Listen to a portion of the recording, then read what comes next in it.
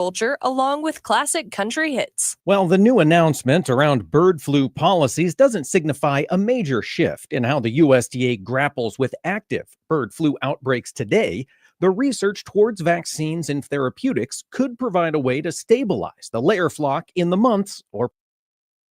Your home for Goodland High School athletics, Fort Hays Tech Northwest basketball, the Denver Broncos, and the Morning Blitz with Ross Volkmer and Max Gershon. This is Rocket 1025, KKCI FM, Goodland, Colby, an NWKS radio station.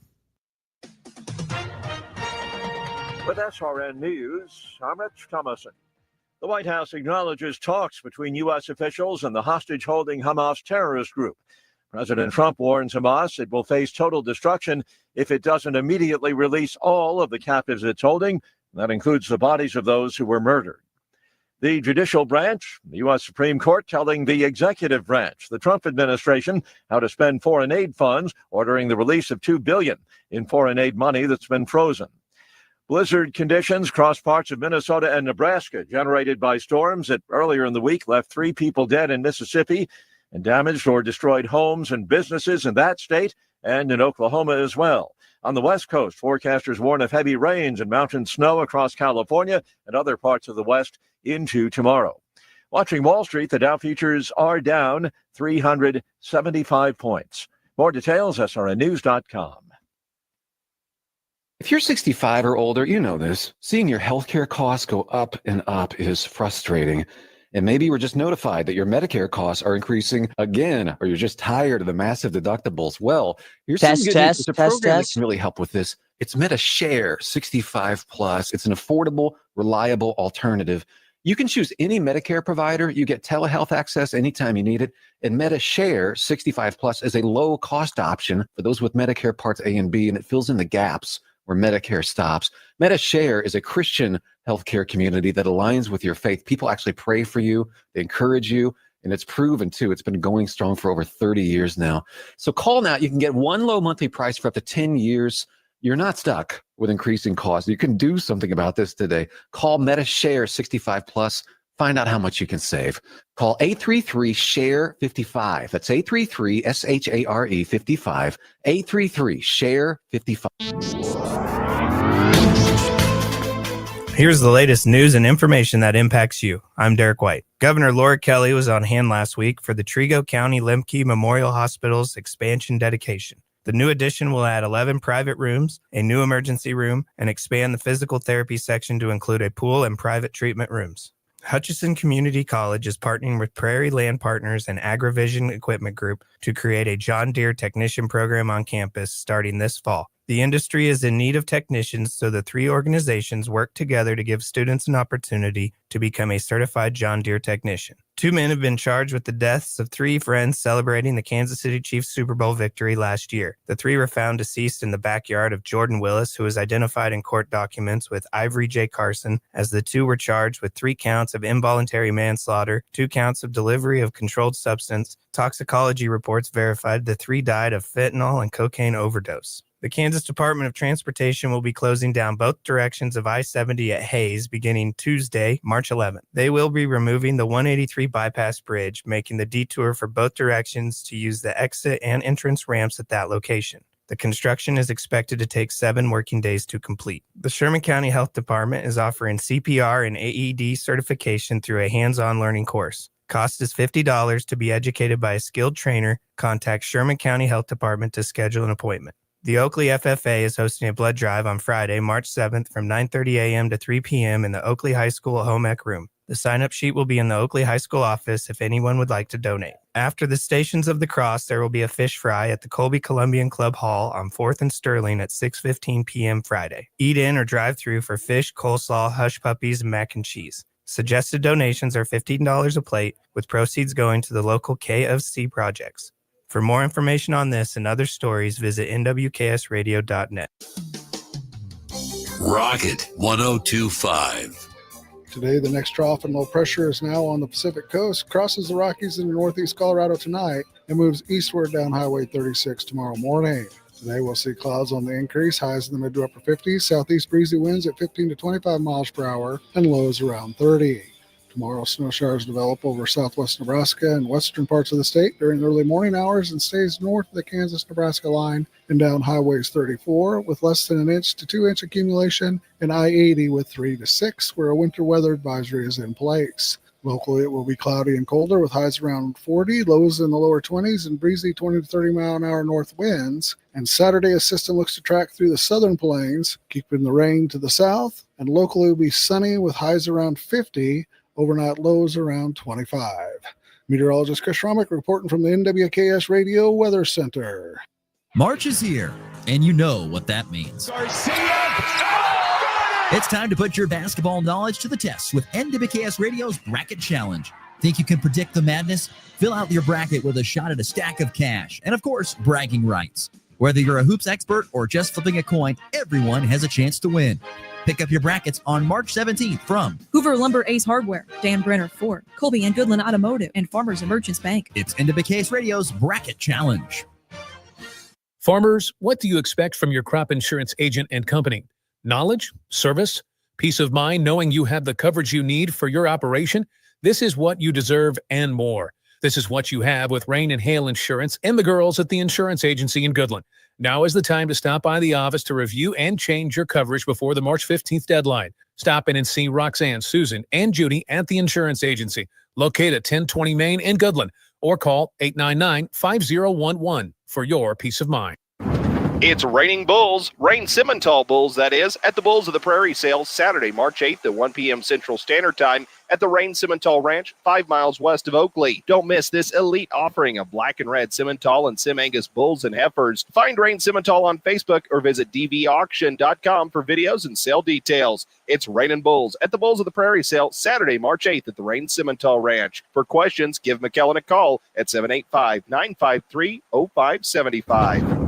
New year, new projects, and new deals at Hoover Lumber Ace Hardware. Start 2025 with a bang by tackling those home improvements. Refresh your space with vibrant Benjamin Moore paint or stock up on storage totes and shelves, perfect for organizing. Lumber prices are down, making it easier to tackle your next big project. Keep warm while you grill year-round with their top-notch grills and smokers from Traeger and Weber. And don't let the snow slow you down. Check out the great selection of snowblowers from Ego and Toro. It's Hoover Lumber Ace Hardware with locations in Goodland and Colby, your partner for a productive new year. If you're shopping for a banking institution, visit with Equity Bank of Hoxie, Grinnell, and Quinter, Kansas. The Equity Bank is heavily invested in local business and activities contributing in many ways back to their community. Their employees are involved with many organizations and area events. Plus, a lot of experience comes with that staff. You'll find valuable local assistance when you bank at the Equity Bank of Hoxie, Grinnell, Quinter, and other locations in Western Kansas. The Equity Bank, member FDIC. Have you heard of Van, the Morton Man? Back in Colby, where the legacy began. 100 years strong, building right, building grand. When you build with Morton, it's always as planned. From barns to workshops, garages to sheds, Morton's quality where every smart builder heads. Owned by employees, their hearts in each frame, a warranty that shines, a well-known name. So choose Morton Buildings with a history so vast, quality and care that's always meant to last. Meet them today and get your plan in hand. Crafted with pride by Van, the Morton Man. NWKS Radio presents the 34th Annual Home and Better Living Show on March 21st through the 23rd at the Colby Event Center. Get ready for a weekend full of vendors that are looking to make your home and living better. A gym full of vendors along with live demonstrations and more in the main gym of the Colby Event Center. The 64th Annual Colby Gun and Coin Show will be going on at the same time in the auxiliary gym of the Colby Event Center. Admission into the Home and Better Living Show is free, hosted by NWKS Radio. You ready? Ready? 1, 2, 3, 4! It's time for the Morning Blitz with Ross Volkmer. Give me my cane. I'll show you how to play this game. And Max Gershon. The Gershon build is short, but calves like this big. Big old calves. The High Plains only local sports talk show. Broadcasting live on Rocket 102.5 and streaming on YouTube, Facebook, and X. Not this again. Yes, this again. Covering it all from the preps. Costa 1.7 chucks it up for the win. It's an air ball in the Colby Eagles. Victorious in Hugoton. To the pros. Mahomes stepping up again, tries to throw. Light caught! Touchdown! Kansas City! Travis Kelce owning this game. The Blitz is presented by Pearl Chevrolet GMC, Hoover Lumber Ace Hardware, and F&B Bake. along with the insurance agency, the Farmer State Bank in Oakley, the Cowboy Corner Express, and Equity Bank of Hoxie, Quinter, and Grinnell. Let's go to work. Andre's got it. Pushes up court from left to right. Comes to a jump stop. Checks the feet. Fires a three. Right between the eyes from downtown. Siegel inbound it right in front of the Tennessee bench. Trying to find somebody. Millicek drives. He throws Brakefield back. Oh! It was a charge on Millicek. They didn't call it. And the Ole Miss Rebels have knocked off the Tennessee balls. Stevens to Tubbs with a shot fake. Guy goes up, finishes with the right. Like taking candy from a baby for Guy Tubbs. 16 points. So the Cowboys will try and burn off some time here. Thorson, corner three for the lead. Yes! Zach Thorson continues to have the game of his life. He puts the Cowboys ahead 53-50. Woo! Tell you what, I had to go home and have myself a drink and a change of pants after that one last night, Max. Holy cow. Woo! That was absolutely nuts. It was. That game last night inside the Max Jones Fieldhouse, for those who didn't see it, which I feel like both cities represented well. Did you happen to see the picture of the line outside to get into the building? I saw it on my way back. That it was posted on NWK's radio. I saw it on Instagram. Boy, that was impressive. The crowd was electric last night. It was a great environment and an equally great game for sure.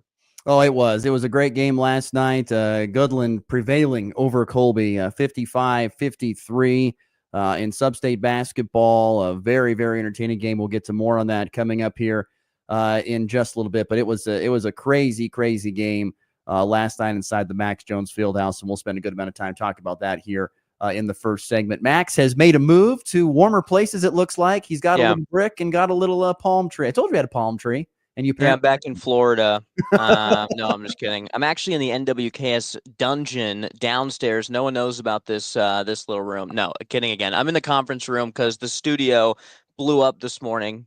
I don't know what happened, but I got a call. Something. I got a call at 7 in the morning-ish from Joel saying, go to the conference room because we can't figure out what's wrong with your studio. So I said, all right. And now I'm here. And I found these two little palm trees, or not palm trees, but kind of little trees that are fake. They're fake palm trees from a show we did a couple of years ago. We had those in the the Phil Vassar concert is what it was. It was during the summer of I think it was 2021 or 22. We did that with Phil Vassar. Gotcha. And so that's where those palm trees are from. So yeah, we're here in the conference room and making it work. But yeah, that was a fun game. I tell you, it wore me out. I was like drenched in sweat by the end of that game. I was sweating. I don't think I've ever sweat. I called baseball games outside in midsummer in Florida. And I don't think I've ever sweat when I was calling a game. But I was sweating last night. I was standing. It was exciting. And it was a fun game.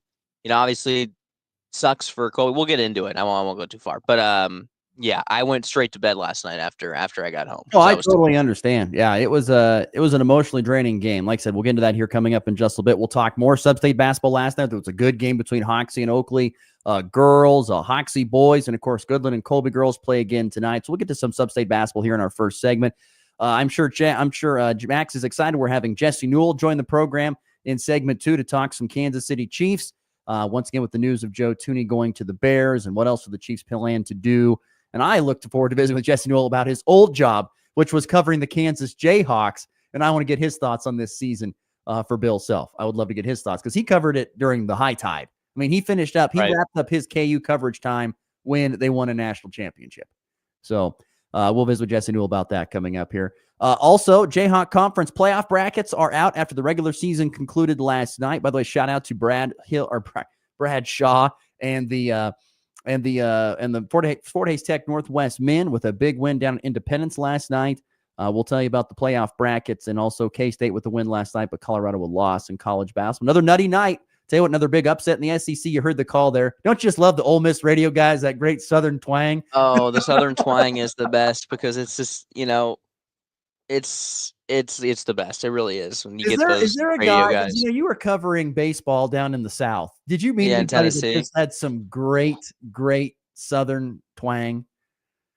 I don't know if Tennessee, I've never been to the state of Tennessee, so I honestly couldn't tell you if I've ever met anybody from Tennessee has got great twang. Oh, they've got twang. I mean, the coach, the assistant coach, Andy Collins. So it was really him, and because Jack Wilson, who used to play for the Pirates, was the head coach, and he was from California. He's from Southern California, and the assistant coach is from Greenville, Tennessee. So they would butt heads because Jack would never understand anything he was saying because he's talking really slow and is that deep Southern twang. But it's the best accent. I love the Southern, the deep South kind of twang. It's great. I It's love, fantastic. the thing is there's, if you go back and listen to some of one of my favorite, so I'm a huge sports documentary guy. I love sports documentaries. And one of my favorites is done by the SEC, and it's called The Voice.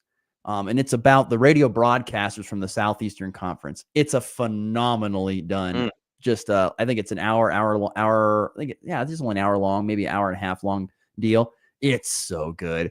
They talk about all the great broadcasters from the past in the SEC and just listen to some of those old calls and those old deep Southern voices, Oh, so good. Love it. Just love that. And so anyway, that's fascinating stuff. All right. So we got full show ahead today. As always, the FB Bank text line is open at 785-899-2222. You can hit us up on Facebook, X, and Twitter on the Hurl Chevrolet GMC video stream. So glad once again you could join us here on a Thursday. Going to be a little windy to get this day going, 35 degrees, but are working our way to high to 60 today. So it should be a decent temperature day wise. A little cooler tomorrow and then a warm up over the weekend as we push forth here on this first full week of March. But yeah, Sub-State basketball last night. It was a doozy. It was a doozy of a game last night inside the Max Jones Fieldhouse. Once again, the crowd was electric. Both teams represented extremely well. My wife sent me the pictures of everybody in line. Oh, okay. Down the block, which was down the block of the match. I've never seen it. Never seen it before in my entire time. I've called plenty of games in Goodland. Honestly, I've called the only time I've seen lines down the line is for like the concerts at the Colby event. Right. It's the only time I've ever seen it. Lines out the door. And mind you, it's a Wednesday night. This isn't like a Friday night game. This isn't like a Saturday night championship game. This is a Wednesday night semifinals game. But that tells you that tells you once again that they think these two teams are good. They think that this is going to be a great game. Yeah. And also, by the way, it's only a half hour travel, one way. Right. So it's the closest road trip for either team. And I said it on my broadcast last night. I think it was pretty much 50-50 down the middle. Pretty close. I mean, it had to have been close because, but the good part about the match, it was probably 60-40. It was really close. There was a lot of Colby, and it was loud. There was a lot of Colby, but the cool thing about the Max Jones Fieldhouse is that it literally splits down the middle. You have on the right side of me, you have the parents, the families. Yep. And then on next to Ross on the other side, you have the Goodland on that same side is the Goodland student section. Mm-hmm. And then it's the same on the other side. It's just with Colby. So that makes for a really, really cool environment. And I loved calling games there all year long. It was a great environment, great game. Once again, the Cowboys prevail 55-53. For those who didn't tune in, listen, or watch, it was like a title fight. It really was. Colby won the first round. They won the first quarter. They were up early, 9-4. And then Goodland closed the first quarter and went into the second quarter on a 10-0 run to take the lead. And Goodland would push that lead up to him, maybe about 5 or 6 in the second quarter at most. But Colby would close it and make it a 1-point game at half. I think it was 28-27 was the score at halftime. Third quarter was a slow start for both teams. I mean, Colby couldn't get anything going for the first 3 minutes. Goodland got a bucket right away, but didn't get anything after that. And to me, from the Goodland perspective, that was a missed opportunity to kind of get yourself a little cushion because Colby couldn't hit anything. But you couldn't make anything after you made that 3 from Brumbaugh. And then at the end of the third quarter, Colby started finding their way to the bucket, making some shots. Jordan Jones got going, and they led at the end of the third quarter going into the fourth. And Colby would lead all the way until about 2.5 to 3 minutes left to go in the fourth quarter, and they would lead by 6. Goodland called a timeout. They decided to go full pressure defense, and that started to fluster Colby a little bit. That resulted in a couple of turnovers that resulted in layups. And, of course, Zach Thorson, which we'll get to just a minute, hit a couple of big threes in the fourth quarter to put the Cowboys ahead. And so Goodland, who was down by 6, closed the game on an 11-3 run to give themselves the 55-53 win. By the way, I went back and listened to it. We did a Facebook Live last night, you and me. I went back and listened to it. It was kind of funny how we both said things that actually came to fruition. First and foremost, we said something about how how does Colby close this game late? Okay, there you go. That was a great point. I said something about 50 points. You know what? If it wasn't for Jordan Jones hitting the 3 ball at the buzzer, it would have been 50 points exactly. And so there was that point. And then, of course, I talked about finding a number 2 scorer to be more consistent. And they found Zach Thorson, who went off for the game of his life, at a previous career high of 12, went for 21. So we actually did a pretty good job. I mean, we should have. It was the 5th time they were. That's true. So we should. That's true.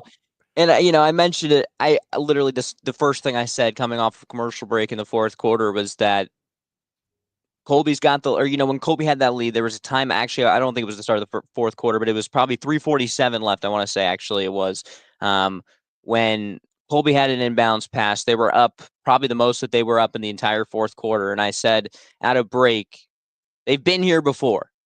They've been in this exact situation against Goodland before, where they're leading late, and now it's about ball control, holding the basketball, not turning it over, and finding ways to score. And that's kind of when things kind of started to turn around like it has in the past against Goodland. Coach Stevens, after the game, talking to him, made an interesting point that, I don't necessarily know if I 100%, I mean, I agree with what he said, but I don't know. And he had, hold on, let me explain this first before I go into what my thoughts on this, and you can tell me your thoughts about this situation as well. With about 90 seconds left, Goodland was trying to foul, in his mind, to force or put them in a spot where if they fouled one more time, they could get Colby to the free throw line. And they were trying to set themselves up in case they needed to foul. They could. They were just trying to get cheapies real quickly. And to him, it looked like they were intentionally fouling, and there was no call on the floor that led to the turnover to start that run, to continue that run. I guess that would end up tying the game at that point. So that was something interesting that he was saying at the end of the game. But he also admitted at the same time that even though they were letting him play physical all game, but there was some of those calls that didn't go their way at the end of the game. But he admitted they were not strong enough with the ball, and they lost the game because of that. And there was just some really costly mistakes. I mean, you had the pass go in between Case and Carroll's legs. You had Grant Stevens, that miscommunication with him and Jordan Jones. That was probably the biggest turning point in the game. And then you have the chance to tie the game at the very end. And Guy Tubbs, who's not a 3-point shooter, takes that contested 3-point shot because he had to at that point in the possession to try to tie the game. Doesn't fall, and that was pretty much the ball game. So just a lot of missed opportunities down the stretch. But I gotta say though, Ross, I give so much credit to those 6 guys that compete so hard and play. They're outmatched almost at every single position against Goodland. They really are. At almost every single position, they are undersized and kind of outmatched to an extent. And that doesn't take anything away from Colby at all or Goodland. But, I give so much credit to those guys all year for the heart that they've played with against teams like Goodland and Holcomb and Hugoton, because that's what they have. They play completely with heart. And it was really fun to watch all season long. And really, it did show last night, even though it didn't end the way any of them wanted it to. I think there were a couple things down the stretch. First and foremost, on the officials last night, which I'm not going to say anything about. I thought they called the game even. I agree. I think it was called even. Was it a boxing match? Yes. There were a lot of physics. But you know what? Yes. You can do that. You can set the tone early and say, look, we're going to let him play. And they did that. So I don't have anything to say against the officials. And I know one of them is a proud listener of this program. I know him. He's a friend of mine. And he was out there last night. And so I have nothing against the officials last night. I really don't. I know something like, good Lord, what was the officiating? I have nothing against it. They picked a style. They said, we're not going to get ticky-tack. We're going to let him play. And they did the entire game. They did 100%. So I am not going to say anything bad about the officials. I thought they picked a style to play, and that's how it was played. And you had to adapt. If you were both teams, you had to adapt on how the style of play was being called. I'm not either. I 100% agree that the entire game was played pretty physically, and they were letting him play. I even mentioned in the broadcast that they were letting him play the whole game, and that's something I think all the fans want that. When you're watching basketball, I wish higher up officials would do that in college basketball and the NBA. But I like that style. They let them play, and especially teams that have played this much against each other, it's going to be defensive oriented anyway, and you don't want to have stoppages every 5 seconds. So I really do agree with you 100%. Yeah. So once again, like I said, I had a friend out there that I respect and have come to know him very well over the time. That was one of the officials out there, and once again, I thought they did a fine job. Yeah. I mean, yeah. They set the tone. Said this is how we're going to call the game. All right. Well, let them play. Put on the boxing gloves and let's go to work. And that's all right. It was a very interesting game. I think once again, and I know I felt like as the game wore on in the fourth quarter, you just saw Colby guys get gassed, and in particular, Guy Tubbs. Guy last night played his heart and soul out. You could see it as he could barely get off the floor a couple of times in the fourth quarter. He was so tired. Like, I think he fell down when the game was actually going on, and he struggled, it looked like, to get to his feet a couple of times. Yeah. There was a time where he got a rebound under the basket after a Goodland missed layup because he did a good job contesting, and he was on the floor, and he could barely get to his feet. He was just exhausted. And I feel like as if Goodland's depth once again played a minor factor in that game. It just looked like as if as the game wore on, Colby just kind of wore down because they play 6 guys. And there's nothing wrong with that. You can do that. And when you get tired, as Papa Gersh chimes in, turnovers happen. And there were some silly turnovers. Starting first and foremost, the biggest one of the night was the Jordan Jones and Grant Stevens miscommunication as they chucked it out of bounds to the Colby cheerleaders. This, I say, you get tired, you make some silly mistakes. Yeah. And that happens. And it can burn you in a game like this. Now, was that the reason why they lost? I don't know. To me, it's a whole bunch of little things that add up to a big thing when it comes right down to it. So, but it was phenomenal effort by both teams. You know, Goodland prevailed behind Zach Thorson, who once again had never had more than 12 points. It was just his night. He saved the Cowboys bacon. He had never had more than 12. He goes off for 21. He's perfect from 3, which he's never done before. He was 3 for 3. He did what he usually does defensively, which is use those long arms to his advantage and get tips, aways, and steals, which resulted in buckets on the other end. He was just clutch last night. And to see the wrestling guys come out after the game and carry him off the floor, which I thought was hilarious. But he deserved that because that was his best game, and it came at the biggest time of his career. And it's been a great senior year for Zach Thorson. Yeah. Not only has he been great on the basketball court doing his defense and rebounding, then this big offensive night, but he was a great quarterback for the Cowboys this year. Almost 3,000 yards passing and 29 touchdowns. It's been a great year for him. But it was he saved the bacon because give credit to Colby. They shut down Brady Brumbaugh. He had a season low 11 points. Lincoln Cure had a couple of big dunks, which I thought helped kept the crowd going for Goodland. Definitely. Kept that crowd going. And Braylon Mole kind of did what he does. He had a couple of big threes and some buckets down the stretch. And how about Case and Cedarstrom? Probably don't talk about this enough.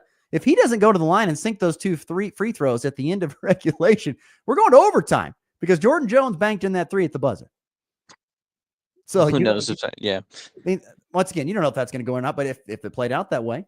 So that was crazy that went in anyway. Fascinating game. It was just a fascinating game. One more thing to point out from my side is I want to give a shout out to Kason Carroll, who I thought played one of his best games all year, especially on the defensive end. You know, he was in charge of guarding Brady Brumbaugh, and he did a fantastic job. And he set the tone on the first possession of the game with that and one opportunity. I was talking to him earlier or before the game started, and he was fired up. And it's impressive what he can do because he's not the best offensive basketball player. He doesn't have the touch that Jordan Jones has or the 3-point shot that like Foss or Grant Stevens or Jordan Jones has, but he makes up for it with what he's done on the defensive end. And I talk about playing with heart. I don't think there's anyone I've watched play that plays with more heart than Kason Carroll did last night. So I want to give a shout out to him. But it was a heck of a game, and it was really fun. For me calling it sucked the way it ended, but I enjoyed every second of it. Really, it was a great time, and thanks to everyone who came out and said hi and made that environment what it was last night because it was a great time. Yeah, it was really, really good. And before we switch topics, go to some different stuff here in Sub-State basketball. A shout out to Guy Tubbs. Yes, his career came to an end last night, as did some other seniors for Colby. I don't want to take anything away from Braden Foss or Max Kersen. Yeah, they still have those two still have baseball to play, right? Which else is different. I get it, and Guy once again has got track to go to, and he'll be fantastic there. He's the reigning javelin champion. But from just a pure basketball perspective, as their basketball careers came to an end, I just want to say a big shout out to Guy Tubbs. I know Guy just a little bit, but I loved watching him play these 4 years. He played the game. I always felt like how you should. A little bit of old school in there with the ability to use the backboard, ability to use the rim to protect it, how to play. Growing up in a small town, we didn't have the biggest kids. We didn't have big kids. Once again, my 3 towns combined made 700 people. It was not, we went to a small school. We didn't have big kids. So there were a lot of Guy Tubbs guys out there who were undersized bigs that had to play. And if they were going to play basketball at the next level, they'd have to turn into a guard because they weren't big enough to play. But they, at 6'2", they were the biggest kid on the floor. And so to see him play the game the way I remember it always brought back great memories. Played so good off of 2 feet, was able to knock down the mid-range jumper. I mean, he is just fantastic. He is just absolutely fantastic. He is a technician, and I'm going to miss him playing because and the way he played that last night, I wish if I had time, I would have gone down and hugged him. To see him just completely distraught after the game, I felt so bad because he played his guts out, and they just came up short.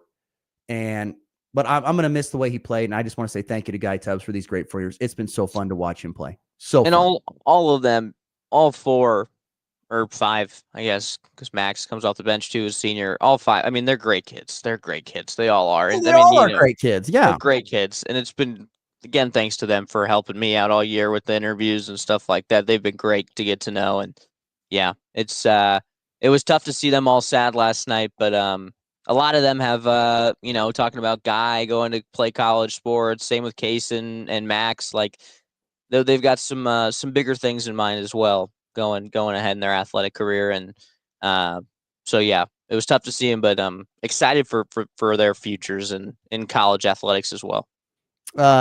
Listener Doug chimes in. He says Tubbs is the GWAC player of the year, he believes.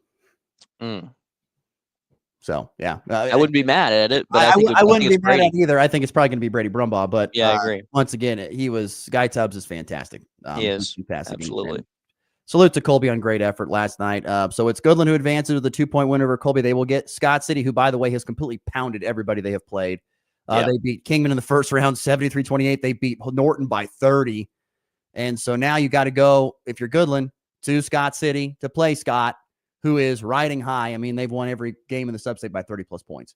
There's probably not a more confident team right now, and so that'll be a fascinating matchup.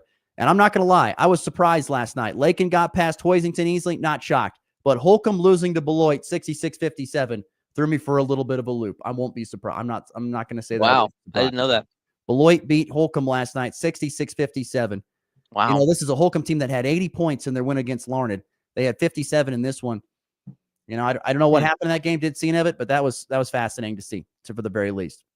And then cannot forget about 2A ladies last night in that game. 2A ladies, Hoxie and Oakley met up for the 3rd time, and it was Hoxie that got the best of Oakley at the event center, 60-57. I don't know who ran the event center because everyone from Colby was in Goodland, but 63-57 was the final. Hoxie got past Oakley for the 2nd time this season. And so Hoxie will now advance into the sub-state title game. They'll face on Hayes TMP, who, by the way, upset the top seed. Southwestern Heights. Wichita County they upset, I believe, in that semifinal game. And so it's Hayes TMP and Hoxie meeting for a chance to go to state in Sublette here this Saturday. What is it? Is Wellington 5A? Yeah, Wellington, I think, is 5A, yeah. They're 5A? Okay. I was just curious because I remember watching them and I thought they were really good. I just haven't seen them in any brackets. And that's well, no, Wellington is 4A. Excuse me, I'm wrong. Wellington. Oh, they are 4A? 4A. Oh, 4A. Well, because Colby's 3A in basketball. Okay, I'm with it now. I'm with it. All right, cool. More people chiming in on the thoughts of Guy Tubbs. Should be GWAC player of the year. Not only the best player, but the most class and sportsmanship. I would also agree with that. That's true. High class from Guy Tubbs. Which, once again, Guy, love you and thank you for your great career in basketball. There are some games tonight. We can't forget about this. 3A girls, you got Colby hosting Russell on 100 Through the Ride tonight. Goodland will be in Ellsworth tonight. We'll have coverage of that right here on Goodland's Rock at 102.5. And 2A boys tonight, Hoxie going to Plainville. Big game there in Plainville tonight in 2A boys. Quickly, some quick thoughts on the Colby-Russell game. Should be another should be another win for the Lady Eagles, but you never know. It is the postseason. Yeah. Yeah. I think it's going to be similar in the sense of they just got to take care of business, play their style of basketball. I tell you, it's been a chaotic week. I've really had not a lot of time to look through Russell's stuff yet because, I was calling the Central Hutch game. I was calling this game, and it's been a little crazy. So I'm going to focus on that after the show. But, yeah, I would expect the Lady Eagles to take care of some more business tonight, play their style of basketball. It feels like it's been forever since they played last. But hopefully that they take that rust off pretty early on in the game. I was going to pull up the quick schedule here for Russell and see if there were any big wins that they had this year. They did knock off Norton, who I think had a pretty good season this year. That's a nice win for him. Honestly, the thing is about Russell is that they really had a very up and down year. Really was not very good, but they ended the season on a 1, 2, 3, 4, 5, 6, 7, 8 game winning streak. Wow. So they're on a 9-game winning streak then?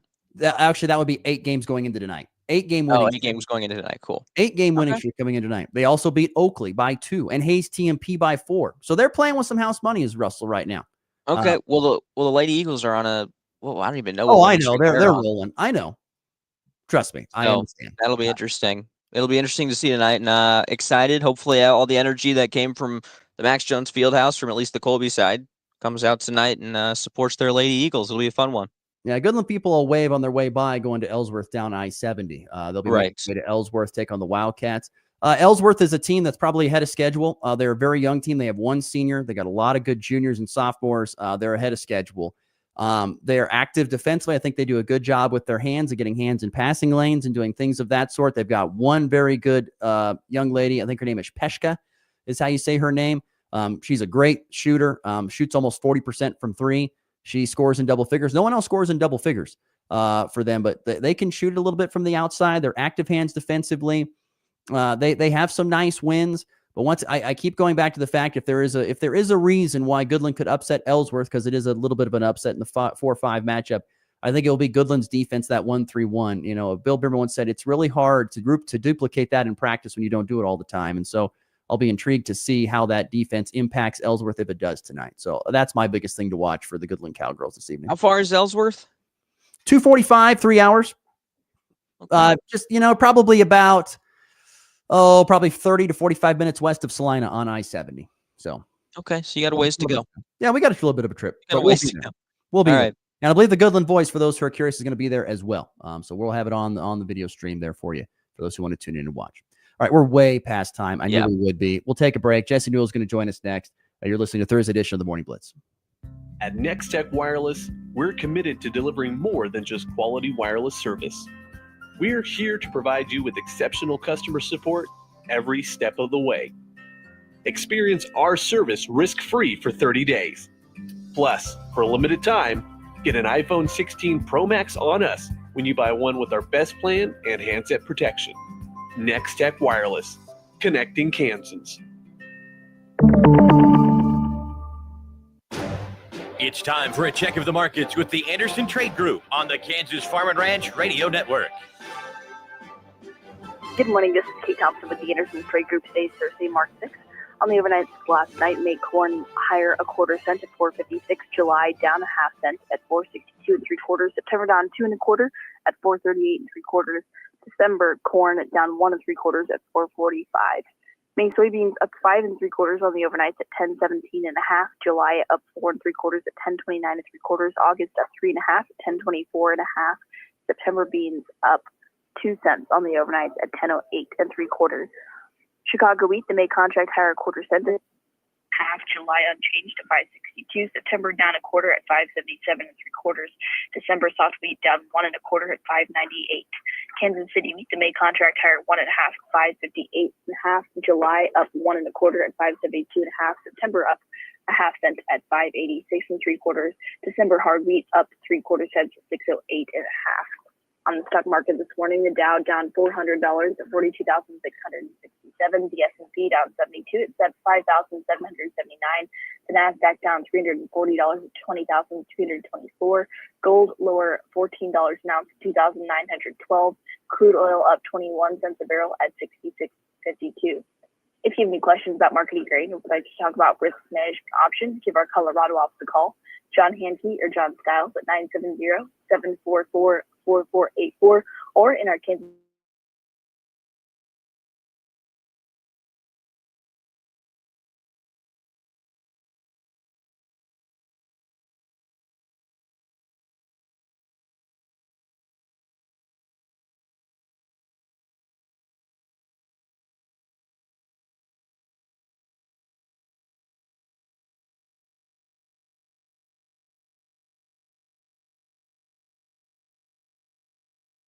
has received 24C registration for use in Kansas and Montana fallow. Scorch EXT controls kochia plus other threatening broadleaf weeds like Canada and Russian thistle. Powered by Duplisan technology, this innovative three-way premix is developed in response to the rising storm of resistant kochia, including types resistant to glyphosate, 2,4-D, or fluroxapyr. Take back control with Scorch EXT from New Farm.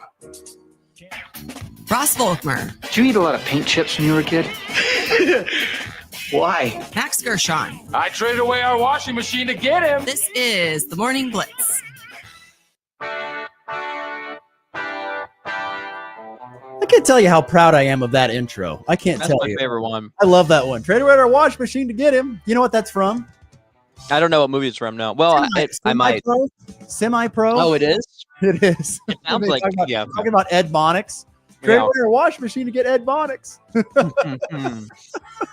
That's a joke I don't think a lot of people understand. Probably not. Or anyone. Probably no one. That's so good. Except Polly.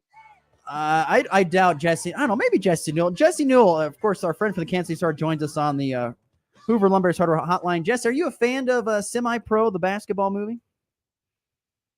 I have not seen it, but it reminded me a little bit of Dumb and Dumber, a little bit. That that clip, where he trades the dead bird for and they get out of town. So maybe there's a little bit of that going on. Traded the dead bird, Petey, without a head. Had the ping pong ball as the head. Oh, that's great. Jesse Newell, how we doing, my friend? It's been a long time. How we doing? Doing all right. I think we got the last blizzard out of the way for a while, so hopefully we are smooth sailing from here. Have you recovered from Super Bowl weekend and Super Bowl week, honestly? Yeah, been a few weeks.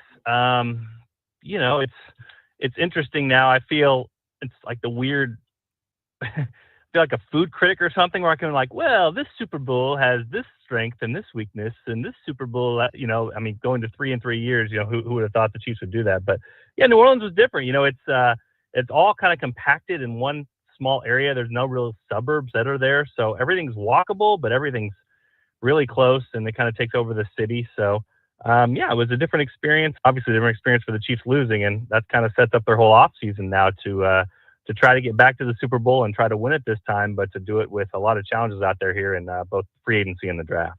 Jesse, I heard a lot of people that were there that said it was the best Super Bowl venue they had been to with the Chiefs. Do you agree with that? I think there's strengths and weaknesses of all these. The Superdome itself, they've made some renovations, but it's not the showstopper like some of these other ones. Vegas is Allegiant Stadium is great, and Arizona's is kind of a big palace out in the middle of nowhere too. You feel more like in the city when it comes to the Superdome because it is downtown, but I don't think that measures up. Like I said, I think the different part of New Orleans is just everything is right there. You know what I mean? So it's kind of more of a feel that this is where it's going to take place and this is what's happening. And the team hotel is just right down the road from the Superdome. So everything is just a little bit more compact. But I know there's a lot of media members out there that love having it in New Orleans and kind of the party vibe and the celebration vibe that it gets down there. And I'm assuming they'll get another Super Bowl here before long. But to be honest with you, it's just kind of different. It's a different experience, just like Vegas was, just like Arizona was. But I don't know that it's my favorite. It just, like I said, I think everything converging in one place does sort of make it, gives it a feel that everything is right here and that there are people around at all times. And that's sort of the feel of this particular Super Bowl. Jesse Newell, our guest here. Jesse, I want to move to yesterday's news. Joe Thuney getting traded to the Bears for a 4th-round pick. Do you feel like this was a good deal for both sides? Yeah, I actually do. I think for Chiefs, you don't want to trade away your team MVP. He just got voted team MVP for this past season last month. Joe Thuney did. And so if you're looking at what went wrong in Super Bowl 59, I think, very easily you could say, well, the offensive line went wrong. It hamstrung their whole game plan. And now you're trading away one of your best assets there. What are you doing, Brett Beats, that sort of thing. But that's sort of a narrow view of what's actually happening here, which is last week, the Chiefs decided to put the franchise tag on Trey Smith. And so he's going to be with the team for a long time. They're looking to work a long-term extension with him.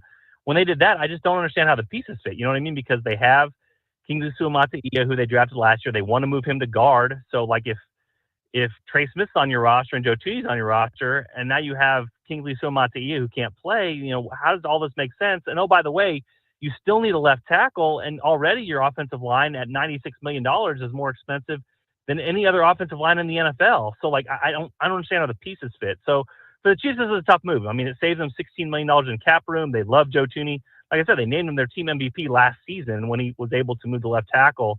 But I just think for them that now they basically chose Trey Smith, the younger player, 25, over Joe Tooney, the older player at 32. They probably didn't want to resign after this season to a long-term deal. And now this allows them to put Kingsley at left guard where they feel like he's most comfortable, and now have just a little bit of wiggle room to maybe potentially go get a veteran and address left tackle in a more meaningful way than they could have if they had Joe Tooney on the roster. So I like the move for the Chiefs. I think it makes sense. Now, again, if you just take it surface level and say, hey, their offensive line got worse, it was already the biggest part of what lost in the Super Bowl, I hear you on that. But, again, you have to look at the roster construction and the free agent dollars and the salary cap dollars and how all those things interact with each other. I think for that reason, this Chiefs move makes more sense and makes more their roster complement each other than it did maybe a week ago. I think a lot of people look at this trade and kind of think to themselves, okay, what's the next corresponding move for the offensive line now that they have lost Joe Tooney? And I think that points towards that left tackle position. In your mind, what do you think that left tackle spot looks like after draft night? Yeah. I don't think people want to hear this, but there's no good answer. I mean, that's basically it. This is a bad left tackle draft in free agency. It's a bad left tackle draft when it comes to the draft. Even before the Super Bowl, when you looked at this sort of thing and thought, what are the Chiefs going to do at left tackle, to potentially get even a stopgap solution for a year or two, there's just not good answers. So I think this allows them flexibility to go get a mid-tier veteran left tackle in free agency. And that way, when they get to draft night, they potentially could take a left tackle if they like him, but they're not forced to take a left tackle. We just talked to Brett Beats at the Combine, GM for the Chiefs last week in Indianapolis. And I'd asked him a question about how do you realistically approach left tackle? And it was interesting. He kind of went on a little bit of stream of consciousness. He said his biggest fear was getting to draft night, having the 31st pick, having a guy way up his board at defensive interior or way up his board at cornerback, and knowing that's the guy he should take, and also having a third-round graded tackle, offensive tackle, and just having no one at the position. And his biggest fear is like, I just have to take the tackle because nobody else is there. I think potentially for them, hopefully, they can get some sort of option in free agency at left tackle. Not something that you love, but something that can stopgap you for 1 year. So that way he's not forced in the first round to take a left tackle. I think ideally that's for the Chiefs, allowing them to take best player available, best position. Listen, they have huge needs at defensive interior. They have huge needs at edge. They have huge needs at cornerback. So to be able to just take the best player there and free your mind a little bit, I think that would be the ideal scenario. And then you come back and you take some sort of tackle in the first 4 rounds of the draft just to give you more depth there. But to not force yourself into a corner that you don't want to be in, I think that'd be the ideal scenario right now for Brett Beats and the Chiefs.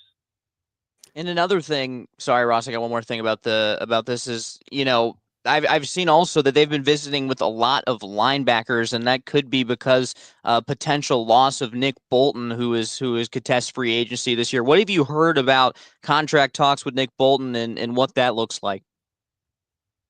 Yeah, so how Brett Beats approaches these things every offseason is he starts at the top with his priority list and then moves down. So basically you say, okay, all offseason his priority list has been Trey Smith. They wanted to work something out and try to get creative, whatever. And if that didn't happen, Nick Bolton was next, okay? Well, they decided to franchise tag Trey Smith. $23 million this year. They're looking to work out a long-term deal with him. It hasn't happened yet, which kind of hamstrings them a little bit if they want to free some money up for free agency. So until Trey Smith gets a long-term deal, which potentially would give him less money this year, more money down the road, I think Nick Bolton's off the table. Now, I say this, and we don't know how the market's going to shake out for these guys. You know what I mean? An example, last year with Mike Dana. Mike Dana had bigger offers, larger offers with other teams. And he told the Chiefs basically, hey, I'll wait on you. I'll wait until there's potentially money available. Just keep me on the line and let me know if there's money freed up. If so, I'll sign with you. Well, what happened? The Chiefs, they had franchise tagged L'Jarius Sneed, cornerback. They traded him and freed up some salary cap money. The next day, what'd they do? They signed Mike Dana. Mike Dana took lesser contract from the Chiefs because he wanted to stay there. I can't speak for Nick Bolton. It seems like he loves Kansas City, loves the Missouri area. He's been there, now for the last 7-8 years of his life.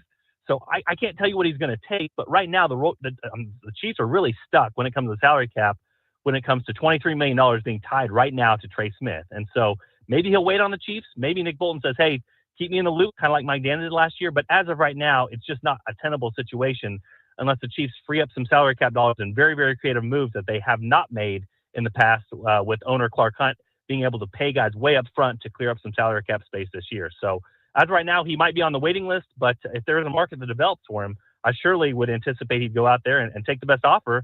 Potentially a team like the Cowboys could use him. And if that takes place, then, obviously the Chiefs should wish him nothing but the best because they made their priority list and Trey Smith was at the top of it. Jesse Newell, the Kansas City Star, joining us on the Hoover Lumber Ace Hardware Hotline. I got a couple more quick ones for you, Jesse, before we let you go. But first and foremost, how imperative is it if the Chiefs are going to continue to be as good as they are and to make Super Bowl runs, is it for them to become very good at drafting and developing the rest of their offensive line going forward? Yeah, I mean, it becomes an either or, right, Ross? I mean, it seems like the last 3 or 4 years, the narrative kind of switches back from like, you got to get Patrick Mahomes weapons. You got to get him outside weapons. How can he keep doing this with no receivers to you got to get him an offensive line? How can he keep doing this when he's running for his life? And I do think we've seen the kryptonite for Patrick Mahomes now, which is like if he does not trust his blocking and is peeking out his, the left corner of his eye to see what the left tackle is doing. We've seen him do that in a couple different games. He's looked completely discombobulated and can't play. You know what I mean? And so, it's a balancing act. And, they have trust in Andy Heck. They have trust their offensive line coach to be able to figure things out. And that's why they moved Kingsley Suamataia to left guard. And that is basically their plan next year is to play him at left guard after they drafted him as a left tackle. So, yeah, they have trust in their staff. They have trust in their guys. But at a certain point, yes, you have to hit on the Creed Humphreys and the Trey Smiths in the draft before you have to pay them the big bucks now. And both these guys are going to be, some of the highest paid offensive linemen in the NFL come next season, most likely. So, finding cheaper solutions, whatever position it is, but especially those positions is a big ask and a big need, or you're going to have to sacrifice other positions like receiver and running back and all these other ones we know are important positions in the NFL as well. So, it becomes a priority. And if they can figure out a guy like Kingsley slipping in there and being able to handle left guard, then that would solve a lot of the problems that they have with this particular roster. I'll get you out of here on this, Jesse. I know at your previous life, of course, you covered the Kansas Jayhawks, and I know you've probably just been following from afar, but your thoughts on KU's struggles again here this year for the Jayhawk men's basketball team from a guy who covered it for so long. Yeah, we only got like 30 seconds, huh? Yeah, we can do a little dissertation here, I think. Right, I know. Honestly, I think it's a couple things. If you look at the trends of college basketball, teams are getting better offensively. And so this year's offensive team for the Jayhawks looks a lot worse, but it actually kind of fits in with other Bill Self teams. It's just they're not growing at the rate other offenses are. I'm still a guy that thinks they need to shoot more threes. They need to recruit to that. And, honestly, they're big hopes on Darren Peterson next year, the recruit they've got coming in, top 5 guy. But they need kind of a different roster fit to be able to score in the ways that offenses score nowadays. And so more threes is part of that. More guys who can dribble, drive, get to the lane, get to the rim and score is part of that. And I just don't think they kept pace with the rest of college basketball when it comes to offense. And so they need to look for new ideas, and obviously they're going to have some new bodies in there as well, but it just has not fit these past couple of years. See, look at that. A dissertation in 30 seconds. That is Jesse Newell, and that's why he's the best. Thank you, Jesse. We appreciate the time, my friend. Have a great rest of your week. All right. Sounds good, guys. Appreciate it. Once again, great stuff there from Jesse Newell. God, the guy's a master. He is so good. All right. We're going to get to timeout. We'll come back. We'll wrap the show with some thoughts on some other things we got to get to. K-State basketball, some JUCO hoops as well. And we'll wrap the show with the walk-off coming up all here in our final segment. That's next here on a Thursday edition of the Morning Blitz. At FNB Bank, we understand the backbone of our community is our local farmers and ranchers. Whether you're growing crops, raising livestock, or investing in new equipment, we're here to help you succeed. Our agricultural loans are tailored to meet the unique needs of your farm, with flexible terms from people who understand what it takes to make it in agriculture. When you partner with FNB Bank, you're working with neighbors who know the land and are invested in your success. FNB Bank, rooted in our community, growing with you. Member FDIC. New year, new projects, and new deals at Hoover Lumber Ace Hardware. Start 2025 with a bang by tackling those home improvements. Refresh your space with vibrant Benjamin Moore paint or stock up on storage totes and shelves, perfect for organizing. Lumber prices are down, making it easier to tackle your next big project. Keep warm while you grill year-round with their top-notch grills and smokers from Traeger and Weber. And don't let the snow slow you down. Check out the great selection of snowblowers from Ego and Toro. It's Hoover Lumber Ace Hardware with locations in Goodland and Colby, your partner for a productive new year. Looking for big savings on a powerful new ride? Hurl Chevrolet GMC in Goodland, Kansas has you covered. Right now, drive home a 2025 Silverado 2500 with just 3.9% financing for 60 months. Need space and style? Get $1,000 customer loyalty cash on a 2024 Chevy Suburban. Or grab a 2024 GMC Sierra 2500 Pro Diesel. Originally just over $67,000, now just over $56,000 with a huge hail discount. Swing by Hurl Chevrolet GMC in Goodland today or shop online at hurlchev.com. The Farmers State Bank of Oakley has been financing agriculture since the day we opened our doors. Hello, this is Corbin, and we are proud to be your locally owned partner in ag. We invite you to come and visit with us when you need to purchase new or used farm equipment, or need any type of agriculture or business loan. We have the knowledge, experience, and financial resources to keep you growing. The Farmers State Bank of Oakley, a tradition of community and agriculture for over 115 years.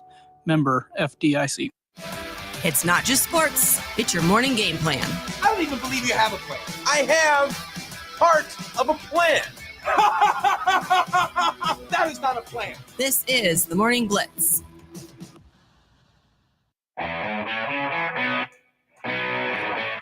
All right, we got a few minutes left to go to wrap up the show here. Before we do, I've got a couple more of these Hot 7 family scratch tickets from the Kansas Lottery giveaway. So if you want to text in the word HOT to 785-899-2222 here in the last 3 to 4 minutes of the program, you could be a winner from the Kansas Lottery. Especially if you haven't done so already, Jared, don't chime in. You're already a winner, Jared, so don't do that. But Hot 7, text in the word HOT to 785. Jared's going to pull over whoever wins. He's going to take the lottery ticket from him. Probably. It's probably what he will do. Last night in basketball, speaking of Jared, his Colorado Buffaloes took it in Lubbock, 91-75. They were beaten pretty badly there. JT Toppin, 30 points, 14 boards to lead the way over the Buffaloes. Yeah, he good. And Colorado, by the way, had no more than just 12 points. Sebastian Rancic leading the way with 12 points last night for Colorado. Once again, I'm surprised it's been this rough of a season for the Colorado Buffaloes. Tad Boyle is such a good coach, and to see them have this kind of struggles is pretty interesting to me. Also last night, K-State, a nice 5-point win on the road at Cincinnati, 54-49, a low-scoring game. David Gasson continued to play like, I tell you what, he's kind of working his way up into maybe being considered for a first-team All-Big 12 selection. If not first team, for sure second team. 18 points, 10 boards. He's kind of become a double-double, and talk about efficiency on 8 of 10 shooting for David Gasson. He was great last night. A couple of clutch free throws late from Brennan Hassan helped seal the deal for the Wildcats as they get back to 515-15 in conference. I saw somewhere this morning the Wildcats could be anywhere from a 7 to a 10 seed in the Big 12 tournament, depending on how it wraps up, never all the tiebreakers and things. And they wrap up the regular season home against Iowa State coming up here on Saturday.